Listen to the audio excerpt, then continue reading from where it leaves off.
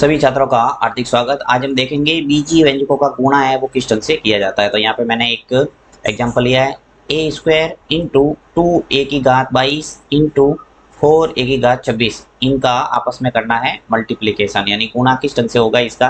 देखिए यहाँ पे आपको ध्यान रखना है, जब भी बीजीय व्यंजक की बात होती है तो चर और अचर के बारे में जानकारी होनी चाहिए। एक होता है चर और दूसरा होता है अचर।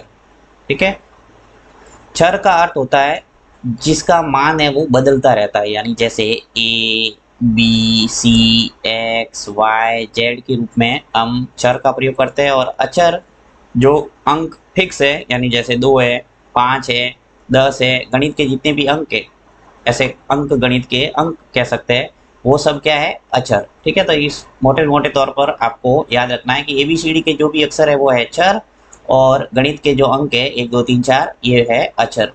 तो आपको हमेशा ध्यान रखना है कि चर का गुणा चर से करना है और अचर का गुणा अचर से करना है।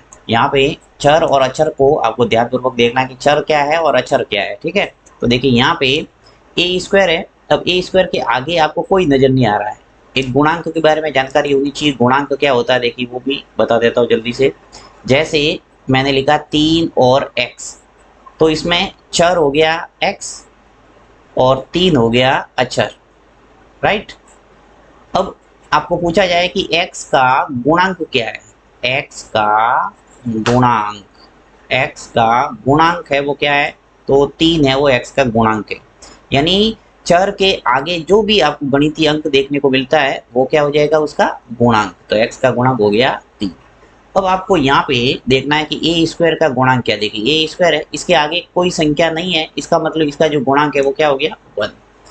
इसी प्रकार a⁻22 है, इसका गुणांक क्या है, 2। इसी प्रकार a⁻26 है, इसका गुणांक क्या है, 4।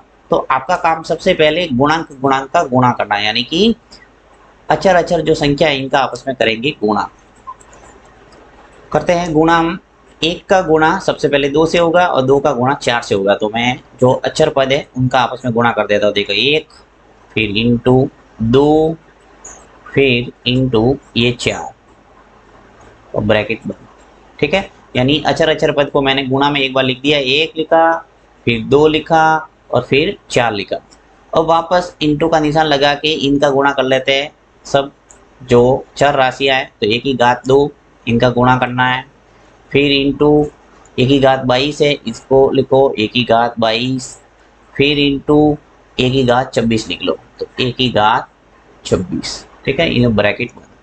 यानी एक तरह से हमने क्या किया, अचर अचर संख्याओं का अलग से गुणा किया और चर चर राशियों का अलग से गुणा किया है। अब देखो 1 का गुणा 2 से करो तो कितने हो गए, 2, और 2 का गुणा 4 से करेंगे तो क्या आएगा, 8। यानी इसका काम तो हो गया। अब बारी है इसकी, 1⁻2 1⁻22 1⁻26, इसका आपस में गुणा कैसे होगा। तो आपको घातांक नियम यहाँ पता होना चाहिए। घातांक नियम क्या होता है, देखिए घातांक नियम बहुत सारे, लगभग 8 घातांक नियम मैंने आपको बताए थे। तो यानी किसी आधार समान है और घात अलग अलग है तो आपको घातों को जोड़ना है। जैसे कि देखिए 1⁻2 है और 1⁻3 है। ठीक है, तो आपको क्या गुणा करना है, ये लिखेंगे ऐसे कैसे, और ये 2 और ये 3 ये आपस में जुड़ जाएंगे, हो जाएगा 5। यानी आधार समान है तो घातें जुड़ती है, इस बात का आपको ध्यान रखना है घातांक नियम के अंदर। ठीक है, तो देखो यहाँ पे आधार समान है ए और ए, तो आपको इन सभी घातों को जोड़ना है। यानी 1⁻2 प्लस 22 प्लस 26। ठीक है, ये सभी जुड़ जाएगी तो क्या आंसर आ जाएगा हमारे पास, 8। देखो इसको एक बार ब्रैकेट के अंदर बंद कर देता हूँ वापस, 1 इंटू 2 2, 2 इंटू 4 8। 8 तो यहाँ से आया और इनको आपस में गुणा किया तो मेरे पास 1⁻2 प्लस 22 प्लस 22। अब इन सबको जोड़ेंगे तो क्या आ जाएगा, 1 देखो 2 और 22 कितने हो गए, 24, 24 और 25 26 कितने हो गए, 50। तो 8 1⁻50 ये इसका आंसर है। ठीक है, मैंने समझाने के लिए काफ़ी टाइम लिया है, परंतु आप जब करने बैठेंगे तो फास्ट आपके हो जाएगा।